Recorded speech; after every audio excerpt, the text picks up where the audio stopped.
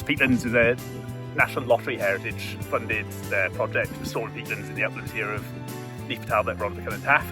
Today we're here on a professional training course. It's peatland hydrology, led by Dr. Rob Lowe. The hydrology of peatlands is important for restoration purposes, both to secure carbon in the peatlands and to foster the correct vegetation community. So we've been talking today about how peatlands work hydrologically, how they're damaged mainly by man's activities and possibly climate change, and the techniques that we use to restore peatlands and how successful they've been and how we're developing in the future.